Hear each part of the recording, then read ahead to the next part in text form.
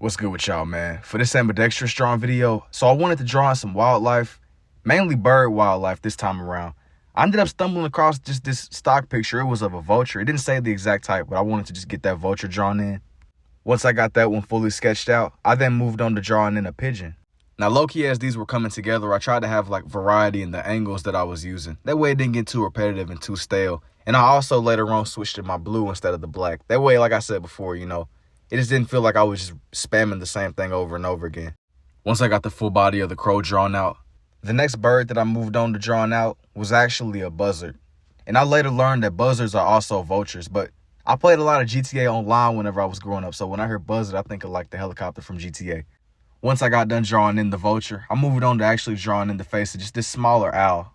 It was interesting kind of going back and just looking at all the pictures come together. I was enjoying the process of bringing everything together. And I didn't want for it to kind of get to the point where everything was just messily on top of each other.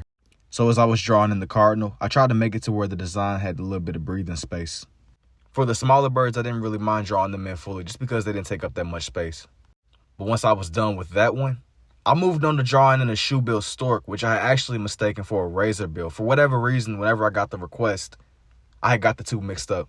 But once I got the shoebill drawn out, then I moved on to drawing in the razorbill, which to me looks a lot how you'd imagine a penguin to look.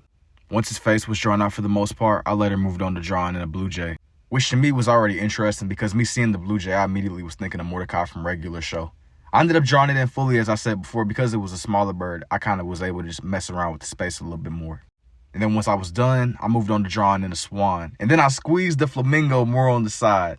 Here's for the red lens, and now for the blue. Let me know what y'all think about this one down below. And if you're interested in seeing more, don't forget to like and follow. And I will see y'all in the next one.